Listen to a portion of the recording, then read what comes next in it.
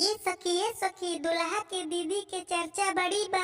अरे हाँ ये सखी, ये बुढ़वा दुल्हा के गरियावत। अरे गरियावा गरियावा, खूब नीमन गारी गरियावा।